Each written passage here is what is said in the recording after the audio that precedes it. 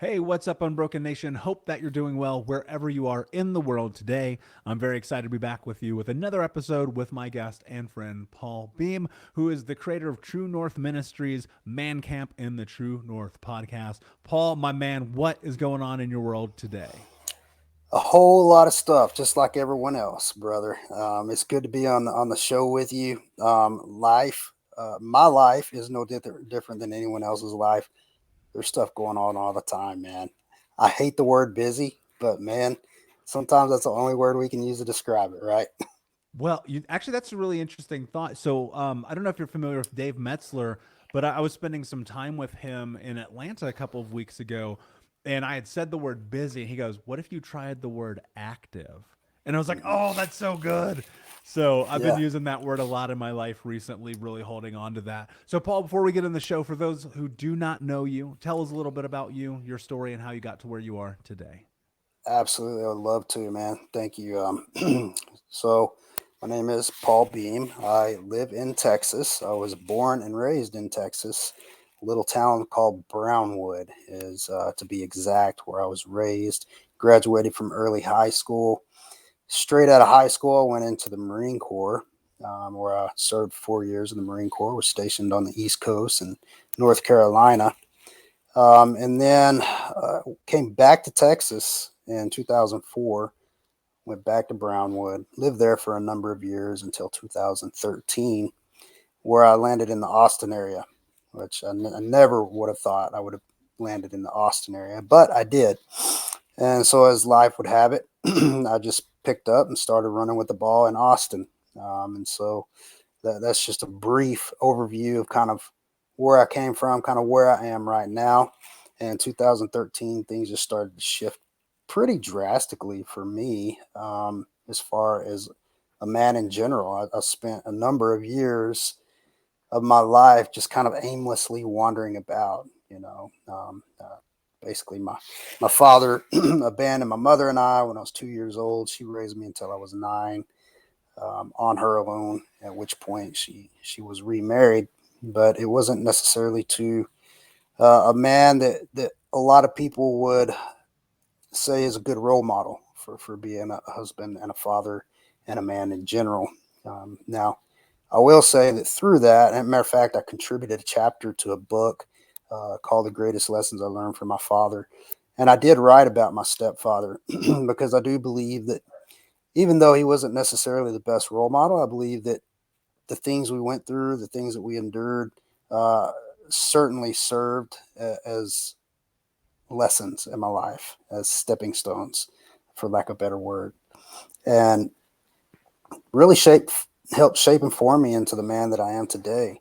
But that being said, in 2013, I really started digging a little deeper into who I am as a man. Started asking some pretty hard questions. Of course, I'd been through some rough stuff. I had been married for 10 years and then divorced, and we had three children together, and so there was just a lot of things that I was faced with at that point in time, and ended up going to a pretty intensive counseling program for a number of months, and through that, just kind of started to really figure out who I was and tap into my identity as a man, which since then, I believe is our core. It's our foundation, right? Our identity, knowing who we truly are, knowing what our role is in this world. And so that's kind of what I've done since 2013 and 2015. I realized that I needed to be surrounded by other men that could actually speak life into me and share their wisdom with me. Men that I looked up to, that I admired, because of the things that they had accomplished or the life that they were living, or simply because of the men that they were being, just admirable, honorable men. And I decided to host my first event in 2015, not because I was just like, hey, I think it's a cool idea to start an event, but because I seen that there was a need that was not being met. Essentially, I was attending in a mega church, and every year I realized that they would host an event for women, but really nothing for men. And I was like, man, I'm gonna fix this. I'm just gonna invite a bunch of guys out to the property, and I'm gonna cook some barbecue for them, and we'll hang out and challenge each other and encourage each other. And So anyway, one thing led to another, and that's how Man Camp began. It really just started uh, kind of selfishly, I guess, just me wanting to be surrounded by other men, but at the same time, me wanting to pour into others because I knew that everything I had been through up to that point in my life, like, had a purpose. I knew that I could use my experiences to help encourage other men and speak life into them and to help them, number one, either avoid the same mistakes that I had made, or number two, like climb their way out of the mistakes that they're right in the middle of, right then and there, without judgment, without ridicule, without feeling abandoned or anything like that. They could be their authentic self and know that there's someone there that, so long as they truly want the help and are willing to do the work, there's someone there to walk by their side and kind of walk with them through that. Um, and that was 2015, and so that's when I first formed Man Camp. Since then, I formed a nonprofit out of that, which we called True North Ministries. Um, Man, and that has been the last year. You're talking about, last several months for you have been super rough. Like the last year for me, man, has been crazy. I ended up January of 2021. I was in an ATV accident. I was not the driver, and it was a rollover. I wasn't buckled in, and so basically it ejected me. So I had to have neck surgery. At some point, I'll be having to have knee surgery as well. So I had surgery, and then at that time, I was also trying to incorporate a new board for the organization. And then over time, it's just the way things went. It did not work out with the board, and it was a very, very it was an ugly time there for a little bit with the old board and really trying to work through that stuff. And so anyway, the 2021 was just a crazy year, and still working through some of that stuff. But all that being said, what I'm working on now is True North. Rather than True North Ministries being a nonprofit, we're now transitioning to an LLC, and we will call ourselves True North Man. We'll still continue our events, still continue coaching men and doing small group coaching. Got a couple ideas for books and courses and planners and stuff like that I'm working on creating right now. So that's man, that may be more than you asked for, but that's a little bit of my story and what brought me to where I am to this day. Yeah, man, I love it. Well, we're here to have stories and to talk. And I think that, you talked about something incredibly important that I've spent a lot of time diving into here on Think Unbroken, and that is looking at identity. I believe that one of the most important things that we can do is recognize that our identity can be changed. I frequently tell people Michael sitting here having this conversation with you today is a realization of an idea of the man that I thought I could be. And that Yeah. took a tremendous amount of work and effort and energy because often identity is stripped from us in childhood. And you find yourself in this position of, I don't know if this was true for you, but as a man growing up and just being told, this is how men operate, this is what you should do. It's about money, women, cars, clothes, drugs, none of the things of real stature or value. And I found myself at multiple points in my life really feeling like I was sacrificing myself because of an identity that I didn't create. And so, Paul, I would love for you to talk a little bit about not only identity, but your journey, your experience in discovering that for yourself, and how you help others do the same. Sure. Yeah. So identity, for me, yeah, I would definitely agree with you that I think over time, identity kind of becomes convoluted as we're being raised by our parents, and it's kind of weird as I think about what you're saying. Like, I think as young children, like there is there's room for us to be who we are and express ourselves, right? Like people almost welcome that, right? It's encouraged. It's like, oh, you're so cute. Like he said this. Oh, oh, that's funny. That's cute. He did this. Oh, that's funny. That's cute. So it's almost like as we're younger, right? People kind of welcome that. But then we hit a certain point in our life and a certain age where people start saying, hey, get your act together, buddy. Like, and that's where I think the identity begins to shift, right? There's this pivotal and critical moment in our life. And I would say it's probably, that 10 to 10 years old to 15 years old range, where we're trying to come into our own. We're trying to figure things out. We're trying to figure out who we are, where we fit in, what this life is about, and how we fit in to this life. And but then we also have these outside voices, right? Um, and they're telling us, well, you're this or you're that, or you're not this or you're not that, or this is okay and that's not okay, and so on and so forth. So it becomes very convoluted and very confusing. And I believe that's um, where if we don't have the right people in our life that haven't worked through their own stuff, that's where we're gonna really get off track, because all of a sudden their their twisted perspective, their insecurities, their insufficiencies, their thoughts and ideations that are more negative than positive, or their ignorance. And I use that term not in an ugly manner, but just saying ignorance is simply when we don't know what we don't know, right? And so all that starts to be poured into us, right? And so the more ignorant the people are that are speaking into our lives, the more ignorant we're going to be, and that means that there's a ton of stuff that we haven't been taught that, quite frankly, we should have been taught. And so for me, it's simple things too. It's like, how do you budget? How do you save? What does it look like to actually go to work and be responsible? And then for some people, it's like, how do you change a tire? How do you change your oil? How do you clean your room?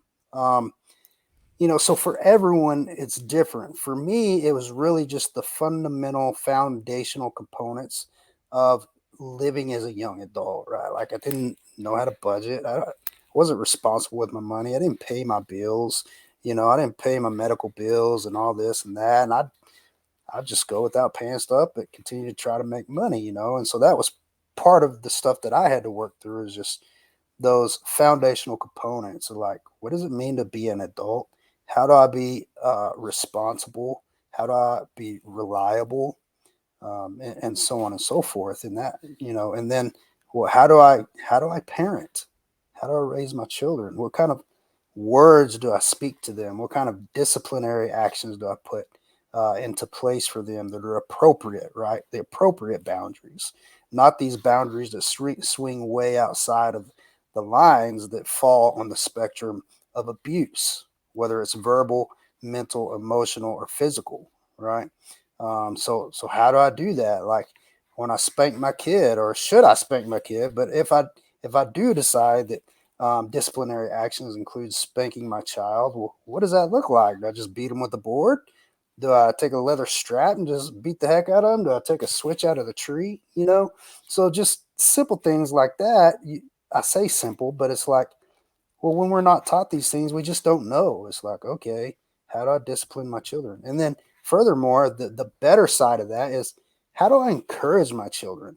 How do I let my children know that I love them and that I'm here for them and that I support them? How do I let my children know that I'm proud of them? How do I verbally express that, right? Because words are life or death.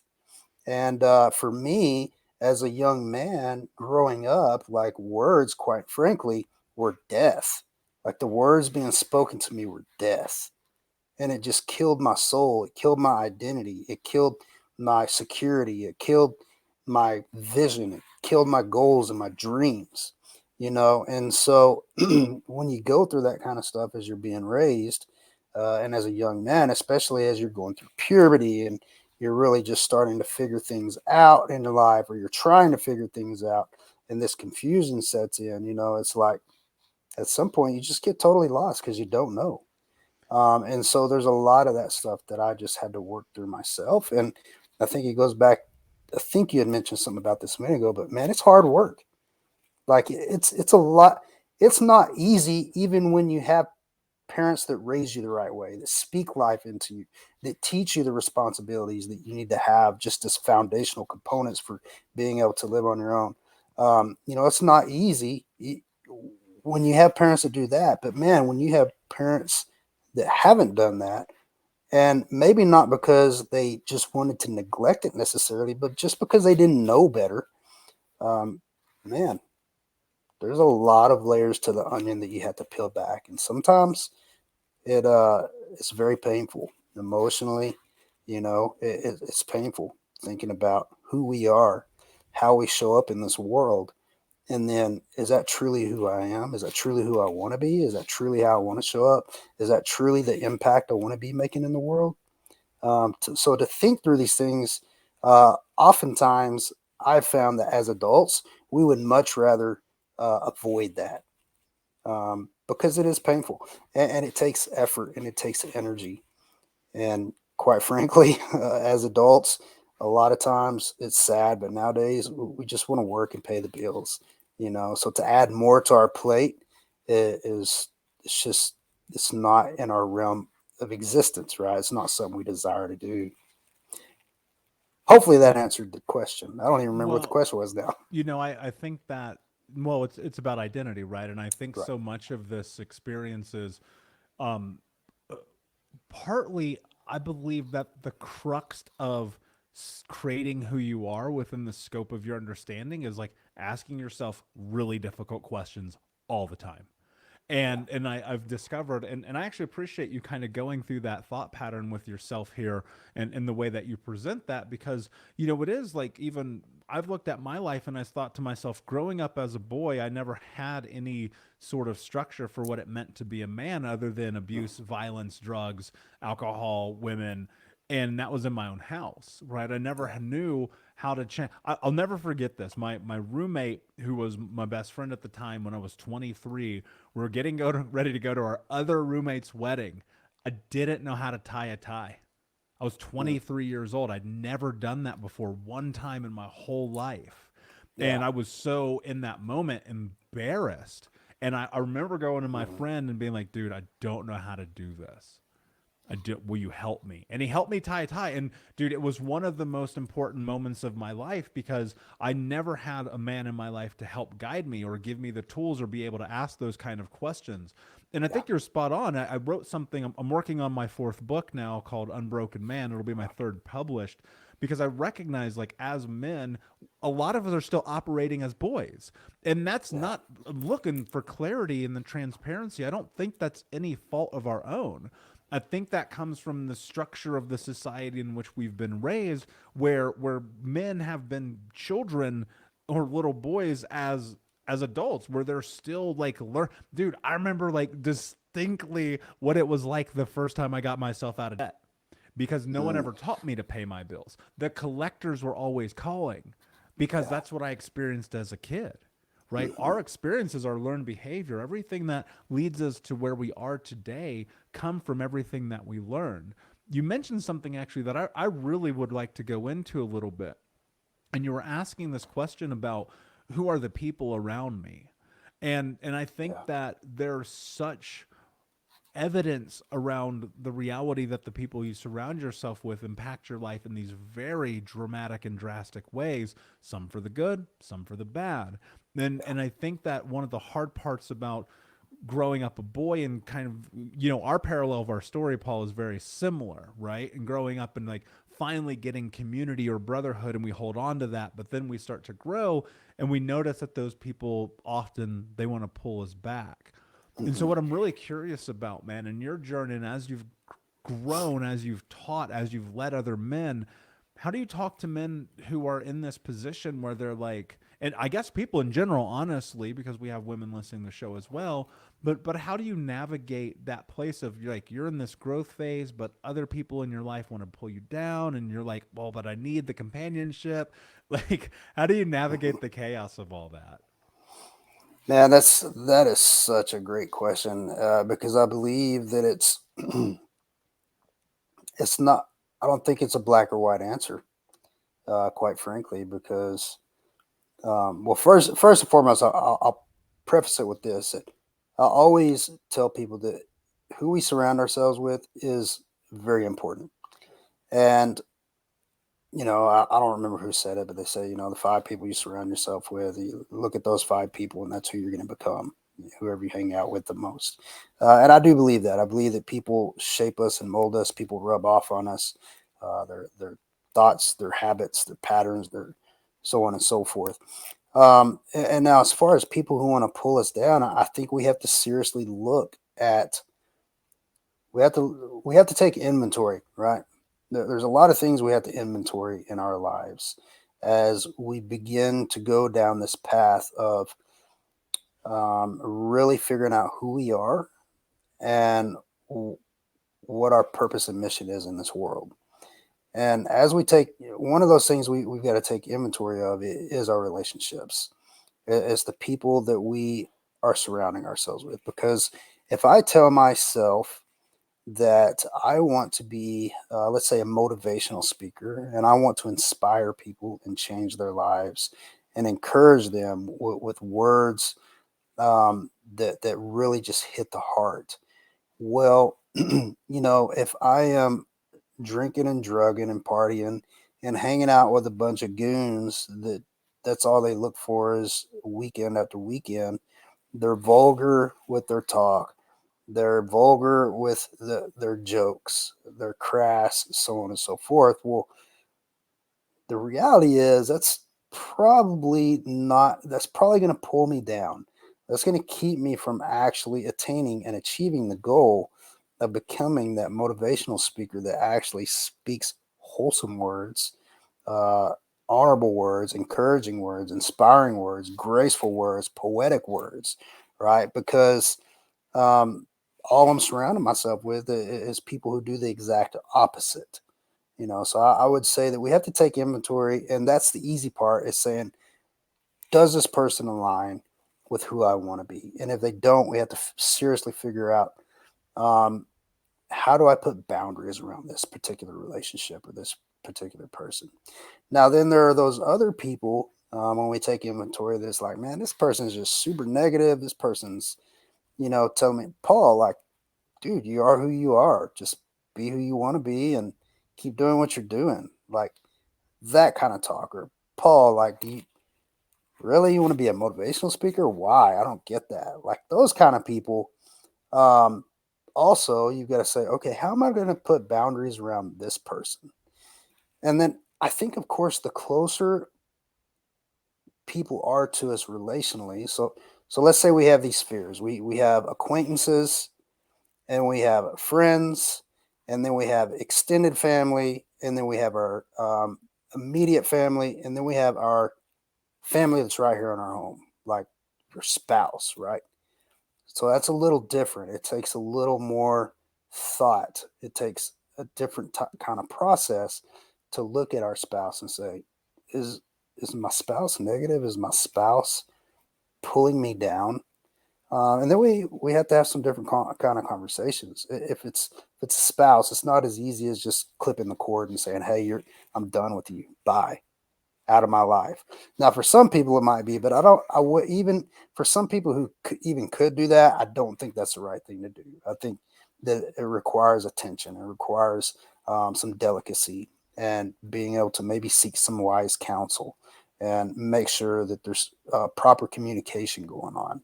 Does any of that resonate? Does that kind of answer the question that you were asking, or did I go in a totally different direction with that? Yeah, no, I think that there's so many different aspects of it, and I think you're spot on. Like there's, and the one thing I hear you doing here, which I think is incredibly important, is asking the questions, right? Asking the questions because so many Yeah. people just take things for face value. I would say probably one of the things that holds most true about who I am as a person is that I'm a contrarian. Dude, I question everything. There's nothing that's laid in front of me that I'm not going to question. And that's held huge dividends in my life. That's been able to propel me into a place to be successful where I otherwise may not have been. Mhm. And to some extent, like honestly, dude, like I feel like it's like one of my superpowers. What I'm curious about, Paul, is for people listening and the quality of your questions. You've probably heard this before. The quality of your questions determines the quality of your life. What I would love is if you could give some people some practical ways in which that they can start asking themselves questions, because I can promise you that there are people listening right now, the Unbroken Nation, who are just like, I've never asked myself a question like this before. This feels super freaking uncomfortable. I don't know what the hell Mm. I'm doing. Paul, help me. How do I ask myself questions like you're asking? Yeah, that's great. So man, I'm gonna give you some. I'm just gonna give you some. I'm gonna give you some wisdom or some knowledge, or yeah, we'll leave it at that. Wisdom or knowledge that actually just came to me this morning. I always tell people, for some reason, some of my best thoughts and ideas come to me when I'm standing in the shower in the mornings, staring at blank walls. It's like so weird. But anyway, this morning I was just thinking about um, I was thinking about some content that is going to go in my book, and there's three words that came to mind for me. It's past, present, and plan. Okay, and so to be more specific, to gear this towards your question is what are some practical steps that people could take. So let's say it is for the sake of really just tapping into who we are and figuring out, hey, who am I? Who am I as Paul Beam? I would say one of the first things we could do is look at our past and understand that our past does not define us. Our past also doesn't have to be all negative, even if there's been a lot of bad that has happened in your past. And this is where the mind shift comes in, right? It's like, in the past, I had to deal with abuse and alcoholic parents, and or you know, uh, parents addicted to drugs, or so on and so forth. I'm not saying those things aren't bad, but what I am saying is we look at the past and we figure out how can we take something positive from that. Like, I was just talking to a friend the other day, and he said, you know what? Like, the more I thought about it, he said, I didn't realize this till after my dad passed away. He said, I always thought, that I would be better off without my dad. But then when he passed away, I started realizing that he actually gave me a gift. Um, in his absence, he taught me who I don't want to be, you know. And so that's a gift, and that's a different way of looking at his father, and it helps him forgive his father as well. And then he went on further to say, I realized that my father was just doing the best he could. He was doing all he knew to do. And so there again, like, grace and forgiveness, right? So if we can look at the past and figure out the things that have happened in our past that have kind of shaped who we are right now in this present moment, like, how did that particular circumstance, situation, adversity, whatever it was, how did it impact me right now? Like, okay, I burned my hand on the stove when I was 6 years old.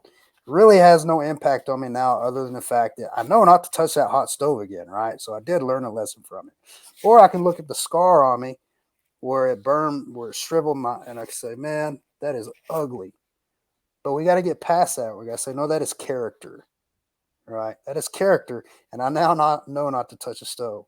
But that's kind of more of just like a surface level, all right? But I'm talking about the bad stuff that's really happened. So look at our past and say, what kind of adversity have we been through, and how has that helped us? What kind of positive things can we take away from that? And then also ask ourselves, okay, what kind of good things happened to me?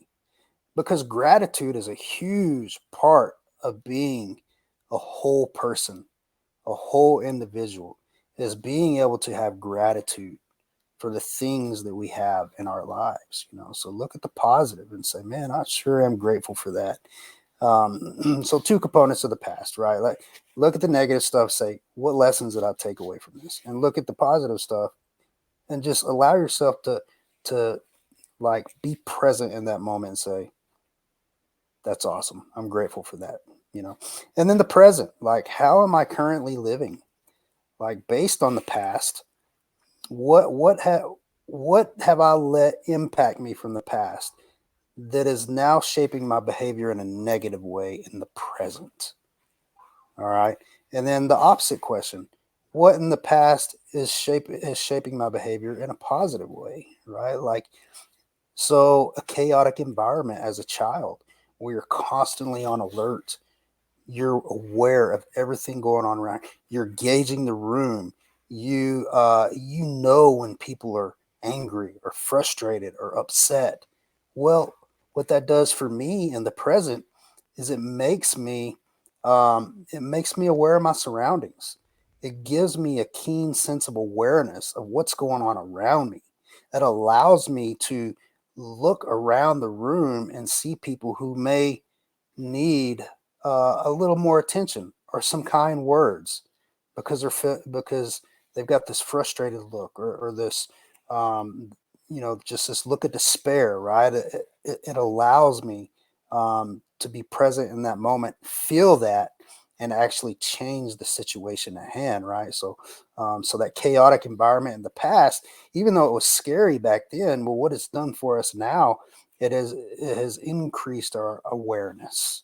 It has given us this situational awareness that serves us and other people as well.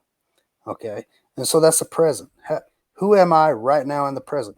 And the other thing to ask about the present is, am I who I want to be? Am I where I want to be? Whether that's mentally, emotionally, physically, spiritually, financially, relationally, am I where I want to be today? And if not, why not? And then the other question is we go into the plan, right? Because the plan, so the reason why I use a P, right, is alliteration, your past, your present, and a plan. A plan is always future oriented, right? So instead of using the word future, I just use plan because it's always goal oriented. It's always future oriented. All right. So we take that and we say, okay, who do I want to be? And we start casting vision. All right. We say, all right, what does the plan look like? What is my vision on this goal board here, right? Like, who do I want to be? Like, this is who I'm being right now. Do I really want to be like that, or there's some things in my life that I need to change and that I desire to change? What kind of impact do I want to make in the world? And then you create a plan around that. You say, okay, well, this is the man I need to become in order to accomplish this. So practical application, ask those questions about the past, ask those questions about the present, and then ask yourself about the future, the present, or not the present, but the plan, which is the future. Is that as confusing as all get out, or what? No, man, that makes perfect sense to me. And one of the things that I think about every single day, like literally, it's the first thing that I do in the morning. I sit down with my journal, I write face fear, and then I ask myself, who do I need to be today to be the person that's going to impact the world, to create change, to reach my mission? Mm, Because I often think about this reality that like whoever I was yesterday is not good enough to get me to where I'm going. It's not that that yeah. person is not of value. It's not that that person doesn't help me Mhm. along the way, but like who I was yesterday, just those skills, they don't apply to today. Today is a new day. It's a new thing. It's a new series of questions, but it always comes down to asking that because in that, and I think the thing that I would like to point out, you didn't specifically say it, but I'm going to bring it to face, is that when you're asking yourself these questions, you're getting massive clarity about who you are. And, Yeah. and I think one of the reasons why we struggle so often, men, women, doesn't matter how you identify, is that we're not really given any roadmap to this thing called life. And then Yeah. suddenly you're in it. And if you're in school, if you're in the military, if you're in college, if you're in a career, you always have a syllabus. There's always a job description. There's Yep. always that thing right there for you that says, hey, this is who you need to be today so that you can move towards the goal. The Hmm. reality, though, is that in real life, like everything outside of that, you've got to create that structure for yourself. Yep. You've got to create that foundation. You have to ask yourself these incredibly difficult questions. And it's only through asking yourself those incredibly difficult questions will that clarity ever come. Because I Hmm. think the hardest question I asked myself in my 20s was like, am I getting pepperoni or meat lovers? And that to me is like not the solution. Like Right. that's not the thing you need to ask. You need to ask yourself, what are your values? Who are you as a man in your moral Yeah. characters? How do you show up in a way that you actually give a damn about yourself? And a lot of it also I think is when you are faced with trials and tribulations and turbulence, which you inevitably will, I promise you the next thing is coming, is to be willing to look at it and just say, okay, I acknowledge this. What do I need to do to move through it? And one of the things I'm curious about here, Paul, and you had mentioned it is, you've gone through these experiences in your life that were tumultuous and you found yourself on the other side of it. And I think that people so often they get stuck here and they look at their life and they go, this is the worst thing that's ever happened to me. How do I ever go on? I can't continue living. Woe is me. And what Mhm. I'm curious about, Paul, because what I hear in your voice, what I hear in your story is you're like, I'm gonna find a way to keep going forward. How do you help people do that? How do we keep going forward after hitting, rock bottoms, divorces, kids are mad at us, business failure, that thing which is next has come, and we're just like, what do you do? Yeah. Yeah, I think one of the main things we have to be able to wrap our minds around is we're not in this alone.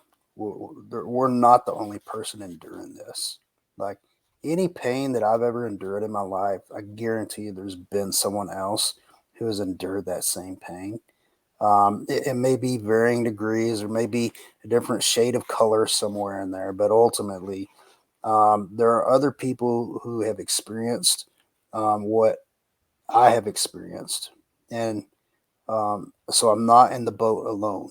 There's other people that I can look for, that I can reach out to, that have navigated and charted these territories, that can help me navigate and chart these territories, that can actually, maybe it's not the exact course that I'm going to take, maybe it's not the exact map I'm going to use, but something is better than nothing. So if I can find someone who has been through what I've been through, who has endured that, who has survived it, well, their map can at least get me started in the right direction. And so, I think that that is one of the most important things, is just to remember, like we're not the only one who has ever endured this particular situation. And if we can just remind ourselves of that, that lets us know there's hope, right? Because there's someone else out there who has made it through this. And then we can find those people, sometimes and there again, sometimes that takes a little effort as well. Like it's not like we're just going to think of, hey, I need someone who's been through this and they're just going to poof appear. Maybe sometimes, accidentally or by divine appointment, maybe, but otherwise it takes some effort and energy. And I think that that is one of the key components, for us to remind ourselves of that. And then from there, um, I think we have to step back for just a moment, give ourselves a little grace, and in that also give ourselves a little credit and say, "This is okay, Paul. Like you're okay." And I tell you what, you can make it through this. You've got this.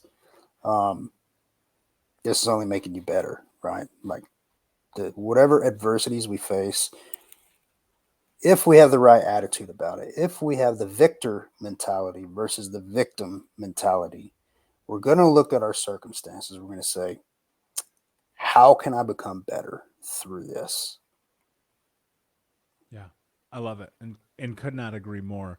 And I think you're spot on. Like there's so much validity to the idea. Like truthfully, like you ain't the only one going through this shit. Other people have been Yeah. through this. There's 8 billion people on planet Earth. I Mhm. promise you, you're not alone. But to your point, and I think you hit it right on the head. You've got to be willing to go and seek that because it's not just going to show up for you. You're going to have to go find that group, find that coach, find that book, find that whatever that thing is that you're dealing with, and go and seek some solutions. Paul, my friend, this has been an Yeah. amazing conversation.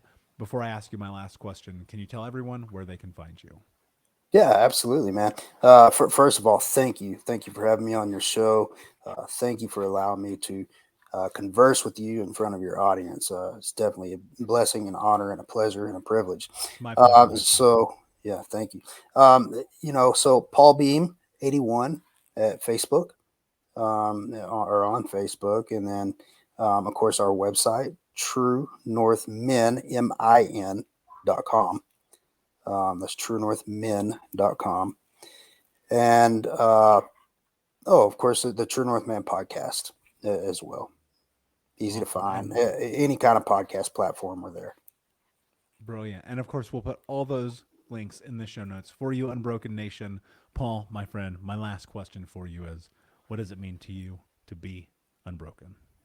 Oh, such a powerful question, brother. As you teed it up for me, and I was thinking through that, there's a verse that came to mind for me when I was thinking of what it means to be unbroken. I'll read it real quick. Second Corinthians 4:8, and it says, "We are hard pressed on every side, but not crushed; perplexed, but not in despair; persecuted, but not abandoned; struck down, but not destroyed." Okay, so to be unbroken is to be in the valley and to know that there is a mountaintop, there is a peak, and that we are willing to get on the field of battle and make it to the top. Beautifully said, my friend. Literally have goosebumps in real time. That was incredible. Thank you so much for being here. Unbroken Nation, thank you so much for listening. Please like, subscribe, comment, share, tell a friend. And until next time, my friends, be unbroken. I'll see you.